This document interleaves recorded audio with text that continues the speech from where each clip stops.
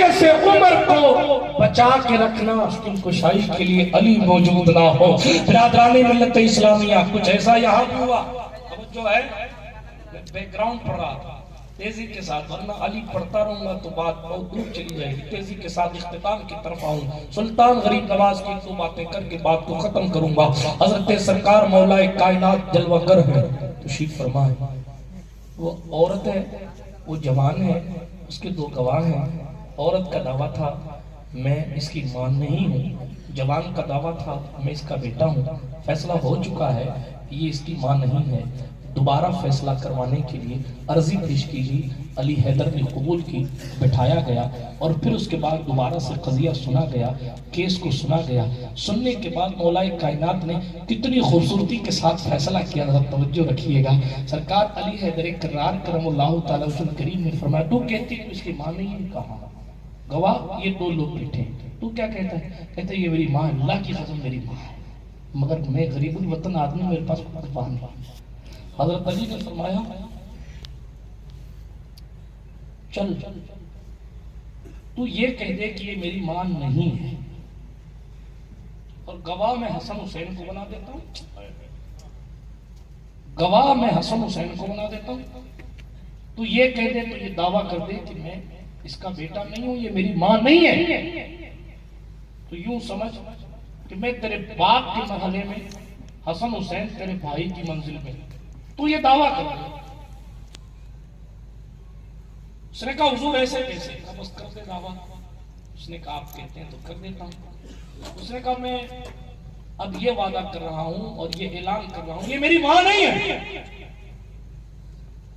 گواہ حسین کو بنا دیا گیا۔ علی موجود ہے۔ حضرت علی نے کہا حضرت قمبر اپنے غلام کو بلایا کہ وہ تھیلی رکھی نا درہموں کی، کہاں لے آؤ۔ درہموں کی تھیلی منگائی، پیسے منگائے، اور پھر مولا کائنات، توجہ رکھیے کیا شان ہے، مولا کائنات کرم اللہ تعالی وجہ کریم نے فرمایا اس نے بھی کہہ دیا کہ یہ تیرا بیٹا نہیں، تیرا بھی ایک دعویٰ ہے کہ تیرا بیٹا نہیں، دونوں ایک دوسرے کے لیے اجنبی ہو؟ کہا ہاں۔ کہا پھر چلیے میں قاضی کی حیثیت سے نکاح پڑھا دیتا ہوں تم دونوں کا نکاح پڑھا دیتا ہوں۔ قمبر کو کہا یہ دے دو اس جوان کو مہر کے پیسے، اور سون بھائی جوان اس وقت تک واپس نہیں آنا جب تک کہ شفع زفاف کے اثرات تیرے وجود پر موجود نہ ہو، جاؤ کھڑے ہو جاؤ یہاں سے۔ اتنی بات کرنی تھی نا، وہ عورت کانپ گئی اور لرز کے کہنے لگی معاف کیجئے میں اس کی ماں ہی ہوں، اس سے میرا نکاح حرام ہے، میں حرام کام نہیں کرتی۔ ابھی تو تیرا دعویٰ تھا کہ تو اس کی ماں نہیں ہے، اب میں نے نکاح کر دیا تو کہتی ہے کہ نہیں میں اس کی ماں ہوں، یہ نکاح منعقد نہیں ہوگا کیونکہ میں اس کی ماں ہوں۔ حضرت علی سے اس نے سر جھکا کے کہا سرکار بات ایسی ہے، اس کا باپ ایک جنگ میں شہید ہو گیا، میں میرے یاروں مددگار تھی، میں جس شہر میں تھی پھر جب اس کی ولادت ہوئی میں اس کو وہیں چھوڑ کر بچپنے میں چلی آئی، اس لیے کہ میں اس کو پالنے کی حیثیت نہیں رکھتی تھی، اس لیے میں اس کو وہیں چھوڑ کر چلی آئی اور میں نے دوسرا نکاح کر لیا، اسی لیے میں نے اس کو پہچاننے سے انکار کر دیا۔ حضرت علی کرم اللہ تعالیٰ وجہ کریم نے فرمایا قضیہ حل ہو چکا ہے، تیرا جوان تیرا وعدہ بالکل پرفیکٹ ثابت ہو گیا، تو اس کا بیٹا میرے پیسے واپس کرو، اور سنو نہ میں تمہارے باپ کی منزل میں ہوں، اس لیے کہ میں اور جو تم نے گواہی دی اس کی کوئی حیثیت نہیں، جو حسنین کو گواہ بنایا اس لیے کہ میں نے ایک سیاست کے حصے کا استعمال کر کے حق واضح کرنے کے لیے اس راستے کو چنا تھا تاکہ پوائنٹ کلیئر ہو جائے۔ آپ اندازہ لگائیں اس طرح کے فیصلے حضرت باب العلم کے تھے، لیکن چلتے چلتے عرض کروں خدا کا خوف جتنا تھا، آج حق علی یا علی کا نعرہ لگا کر اگر فجر چھوڑ دی جائے تو آپ نے کیا حاصل کیا، کیا پایا آپ نے؟ حالانکہ مولا کائنات کا خوف خدا یہ تھا کہ کوفہ کی جامع مسجد میں اپنی داڑھی کو پکڑ کر زار زار روتے تھے اور اپنے اللہ سے کہتے تھے میرے مالک میرے پاس تو کچھ ایسا عمل ہے ہی نہیں جو میں لے کر جاؤں اللہ۔ حالانکہ حدیث ہے کہ علی کا ذکر کرنا ہی عبادت ہے، حدیث ہے حضور فرماتے ہیں علی کا ذکر صلی اللہ علیہ وسلم حضور فرماتے ہیں صلی اللہ علیہ وسلم کہ علی کا ذکر گناہوں کو ایسے کھاتا ہے جیسے آگ لکڑی کو کھا جاتا ہے. جس کا ذکر خود عبادت ہو اس کی خشیت کا یہ معاملہ ہے. ذرا ہم اور آپ اپنی گریبان میں جھانک لیں کہ ہمارے دل میں کتنا خوف خدا ہے. سلطان غریب نواز ایسے بیک گراؤنڈ کو لے کر آئے تھے, ایسے بیک گراؤنڈ جس کی شان یہ ہے مرتضیٰ ہے, شیر حق ہیں, بہادروں کے بہادر ہیں. مصرع اعلیٰ حضرت کا ایک ہے وصف 3, مرتضیٰ, شیر حق, اشجع الاشجعین, اور پھر چوتھی صفت بیان کی ساقی شیر و شربت پہ لاکھوں سلام. کون سا شربت ہے؟ محرم کی سبیل والا, یہ کوثر ہے. فرمایا علی کوثر تقسیم کرنے والی ذات کا نام. ایسا خوبصورت بیک گراؤنڈ لے کر علی کے بیٹے امام حسین ہیں, ان کے بیٹے سرکار زین العابدین ہیں, ان کے بیٹے سرکار محمد الباقر ہیں, ان کے بیٹے جعفر صادق ہیں, ان کے بیٹے موسیٰ کاظم ہیں. سلسلہ چلتا رہا. امام علی الہادی, امام سرکار تقی نقی حسن عسکری, یہ پورا ائمہ اہل بیت کا کانسیپٹ ہے. فتاوی رضویہ 9ویں جلد میں اعلیٰ حضرت نے بڑی خوبصورتی کے ساتھ ان کے اختیارات کا بھی تذکرہ کیا ہے السیف المسلول سے نقل فرماتے ہوئے, اور بہت ساری باتیں مقدس لوگوں کے حوالے سے کی ہے.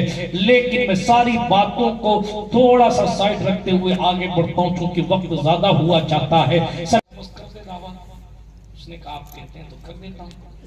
اس نے کہا میں اب یہ وعدہ کر رہا ہوں اور یہ اعلان کر رہا ہوں, یہ میری ماں نہیں ہے, گواہ حسرین کو بنا دیا گیا. علی موجود ہے. حضرت علی نے کہا, حضرت قمبر اپنے غلام کو بلایا کہ وہ تھیلی رکھی نا درہموں کی, کہاں لے آؤ. درہموں کی تھیلی منگائی, پیسے منگائے, اور پھر مولا کائنات, توجہ رکھیے کیا شان ہے, مولا کائنات کرم اللہ تعالی وجہ کریم نے فرمایا اس نے بھی کہہ دیا کہ یہ تیرا بیٹا نہیں, تیرا بھی یہ دعویٰ ہے کہ تیرا بیٹا نہیں. دونوں ایک دوسرے کے لیے اجنبی ہو. کہا ہاں. کہا پھر چلیے میں قاضی کی حیثیت سے نکاح پڑھا دیتا ہوں تم دونوں کا نکاح پڑھا دیتا ہوں. قمبر کو کہا یہ دے دو جوان کو مہر کے پیسے, اور سون بھائی جوان اس وقت تک واپس نہیں آنا جب تک کہ شب زفاف کے اثرات تیرے وجود پر موجود نہ ہو. یہاں کھڑے ہو جاؤ یہاں سے. اتنی بات کرنی تھی نا, وہ عورت کانپ گئی اور لرز کے کہنے لگی معاف کیجئے میں اس کی ماں ہی ہوں, اس سے میرا نکاح حرام ہے, میں حرام کام نہیں کرتی. ابھی تو تیرا دعویٰ تھا کہ تو اس کی ماں نہیں ہے, اب میں نے نکاح کر دیا تو تو کہتی ہے کہ نہیں میں اس کی ماں ہوں, یہ نکاح منعقد نہیں ہوگا کیونکہ میں اس کی ماں ہوں. حضرت علی سے اس نے سر جھکا کے کہا سرکار بات ایسی ہے, اس کا باپ ایک جنگ میں شہید ہو گیا, میں میرے یارو مددگار تھی, میں جس شہر میں تھی پھر جب اس کی ولادت ہوئی میں اس کو وہیں چھوڑ کر بچپنے میں چلی آئی, اس لیے کہ میں اس کو پالنے کی حیثیت نہیں رکھتی تھی, اس لیے میں اس کو وہیں چھوڑ کر چلی آئی اور میں نے دوسرا نکاح کر لیا, اسی لیے میں نے اس کو پہچاننے سے انکار کر دیا. حضرت علی کرم اللہ تعالی وجہ کریم نے فرمایا قضیہ حل ہو چکا ہے, تیرا جوان تیرا وعدہ بالکل پرفیکٹ ثابت ہو گیا, تو اس کا بیٹا ہے, میرے پیسے واپس کرو. اور سنو نہ میں تمہارے باپ کی منزل میں ہوں, اس لیے کہ میں اور جو تم نے گواہی دی اس کی کوئی حیثیت نہیں, جو حسنین کو گواہ بنایا اس لیے کہ میں نے ایک سیاست کے حصے کا استعمال کر کے حق واضح کرنے کے لیے اس راستے کو چنا تھا تاکہ پوائنٹ کلیئر ہو جائے. آپ اندازہ لگائیں اس طرح کے فیصلے حضرت باب العلم کے تھے. لیکن چلتے چلتے عرض کروں خدا کا خوف جتنا تھا, آج حق علی علی کا نعرہ لگا کر اگر فجر چھوڑ دی جائے تو آپ نے کیا حاصل کیا, کیا پایا؟ حالانکہ مولا کائنات کا خوف خدا یہ تھا کہ کوفہ کی جامع مسجد میں اپنی داڑھی کو پکڑ کر زار زار روتے تھے اور اپنے اللہ سے کہتے تھے میرے مالک میرے پاس تو کچھ ایسا عمل ہے ہی نہیں جو میں لے کر جاؤں اللہ. حالانکہ حدیث ہے کہ علی کا ذکر کرنا ہی عبادت ہے. حدیث ہے حضور فرماتے ہیں علی کا ذکر صلی اللہ علیہ وسلم حضور فرماتے ہیں صلی اللہ علیہ وسلم کہ علی کا ذکر گناہوں کو ایسے کھاتا ہے جیسے آگ لکڑی کو کھا جاتا ہے. جس کا ذکر خود عبادت ہو اس کی خشیت کا یہ معاملہ ہے. ذرا ہم اور آپ اپنی گریبان میں جھانک لیں کہ ہمارے دل میں کتنا خوف خدا ہے. سلطان غریب نواز ایسے بیک گراؤنڈ کو لے کر آئے تھے, ایسے بیک گراؤنڈ جس کی شان یہ ہے مرتضیٰ ہے, شیر حق ہیں, بہادروں کے بہادر ہیں. مصرع اعلیٰ حضرت کا ایک ہے وصف 3, مرتضیٰ, شیر حق, اشجع الاشجعین, اور پھر چوتھی صفت بیان کی ساقی شیر و شربت پہ لاکھوں سلام. کون سا شربت ہے؟ محرم کی سبیل والا, یہ کوثر ہے. فرمایا علی کوثر تقسیم کرنے والی ذات کا نام. ایسا خوبصورت بیک گراؤنڈ لے کر علی کے بیٹے امام حسین ہیں, ان کے بیٹے سرکار زین العابدین ہیں, ان کے بیٹے سرکار محمد الباقر ہیں, ان کے بیٹے جعفر صادق ہیں, ان کے بیٹے موسیٰ کاظم ہیں. سلسلہ چلتا رہا. امام علی الہادی, امام سرکار تقی نقی حسن عسکری, یہ پورا ائمہ اہل بیت کا کانسیپٹ ہے. فتاوی رضویہ 9ویں جلد میں اعلیٰ حضرت نے بڑی خوبصورتی کے ساتھ ان کے اختیارات کا بھی تذکرہ کیا ہے السیف المسلول سے نقل فرماتے ہوئے, اور بہت ساری باتیں مقدس لوگوں کے حوالے سے کی ہے. لیکن میں ساری باتوں کو تھوڑا سا سائڈ رکھتے ہوئے آگے بڑھتا ہوں چونکہ وقت زیادہ ہوا چاہتا ہے.